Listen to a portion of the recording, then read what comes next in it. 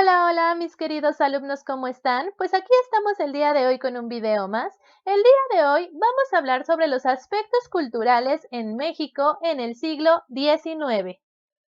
Y bueno, la cultura mexicana quedó marcada por décadas de guerras civiles e intervenciones extranjeras. Recuerden que aunque nosotros empezamos a ser independientes, entre nosotros teníamos muchos conflictos y hubo un sinfín de guerras entre nosotros mismos y entre países extranjeros. Entonces, pues obviamente nuestra cultura quedó marcada. La defensa de la libertad y soberanía despertaron el sentimiento nacionalista de la población, el cual se manifestó en la literatura, la pintura y la música. Entonces, pues todo esto que nos aconteció como México independiente, pues obviamente fue plasmado en la literatura, la pintura y la música. La cultura buscó resaltar la historia, las tradiciones, los paisajes y las costumbres que mostraran lo mexicano. En esta época surgieron los primeros libros de historia nacional, entonces ya teníamos oficialmente un libro donde contaban toda la historia de nuestro país.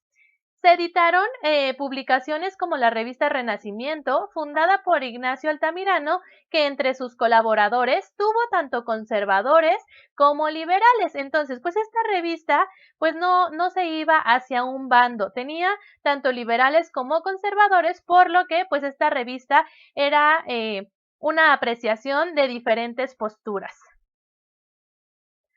Varios intelectuales se ocuparon de estudiar la historia y la geografía de México.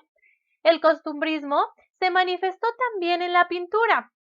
En las letras, el nacionalismo originó la aparición de novelas históricas y narraciones costumbristas, llamadas así porque describían las costumbres y las particularidades de formas de vida del país.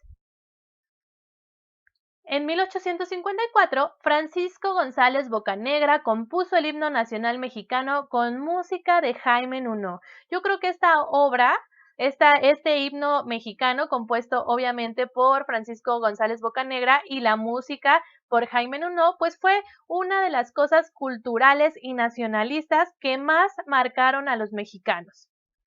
Con la restauración de la República, el gobierno trató de integrar por medio de la cultura y la educación a la población mexicana que estaba dividida por las guerras. Entonces, pues lo que se pretendía era que por medio de la cultura y la educación, este pueblo mexicano que estaba tan dividido por tantas guerras, pues se empezara a unir nuevamente. Se fundaron instituciones en las que se sustituyeron las explicaciones religiosas por las científicas, porque recuerden que pues los liberales tenían esta idea de quitar la religión a diferencia de los conservadores y se luchó mucho porque la educación fuera laica, o sea, que no importara la religión que profesáramos y es por eso que actualmente en las escuelas no se puede hablar de religión ni se puede criticar o juzgar las religiones que pues tengan nuestros alumnos, nuestros maestros o nuestros compañeros. Claro que actualmente hay escuelas religiosas, pero pues obviamente solamente se inscriben las personas que estén de acuerdo con esa religión, pero las escuelas públicas no pueden por ningún motivo hablar sobre una religión en específico. A partir del gobierno de Benito Juárez, se puso más atención en la construcción de escuelas en el país y se impulsó la investigación científica en disciplinas como biología, geología y medicina. Tras los años de guerra, también se buscó recuperar los espacios de diversión y esparcimiento para la población.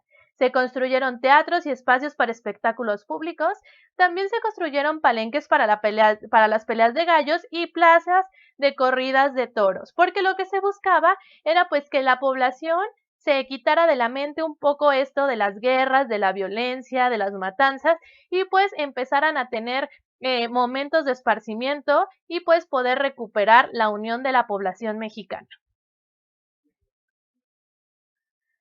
Bueno, los periódicos de la época, escenario para las ideas y la caricatura. La libertad de expresión es un valor muy importante y actualmente se considera un derecho fundamental. Entonces, al ser un derecho, nadie puede prohibirte la libertad de expresión. Durante el gobierno de Benito Juárez se logró garantizar la libertad de expresión, lo que permitió la fundación de nuevos periódicos que empleaban textos y caricaturas, porque recuerden que antes pues se prohibía hablar mal del gobierno porque si no eran severamente castigados. Entonces, a partir del gobierno de Benito Juárez, pues permitió la fundación de estos periódicos donde podían hablar de lo que acontecía en el país. La prensa ejerció su libertad de escribir y publicar lo que quisiera, no importaba si estaban a favor o en contra del gobierno. Pero hubo un decreto del gobierno sobre la libertad de imprenta. Se podía publicar textos sobre cualquier tema, pero se castigaría a quien ataque la moral, los derechos de los terceros o provoque algún crimen o delito. Entonces, se podía publicar lo que fuera de cualquier tema, siempre y cuando se respetaran a las demás personas que obviamente que pues no atacáramos la moral ni que pues se provocara la violencia hacia otras personas. Tampoco podían perturbar el orden público ni faltar a la vida privada sin bases o pruebas. Entonces, esto es un poquito de lo que sucedió en el siglo XIX después de que Benito Juárez estuvo en el poder. Bueno, cuando Benito Juárez estuvo en el poder y después, porque hubo muchos cambios de pensamiento y pues se enfocaron también mucho en la cultura y en la educación. Entonces, pues hasta aquí el video del día de hoy. Espero que les haya quedado claro y nosotros nos vemos en el siguiente video. Yo les mando muchos besos. Bye.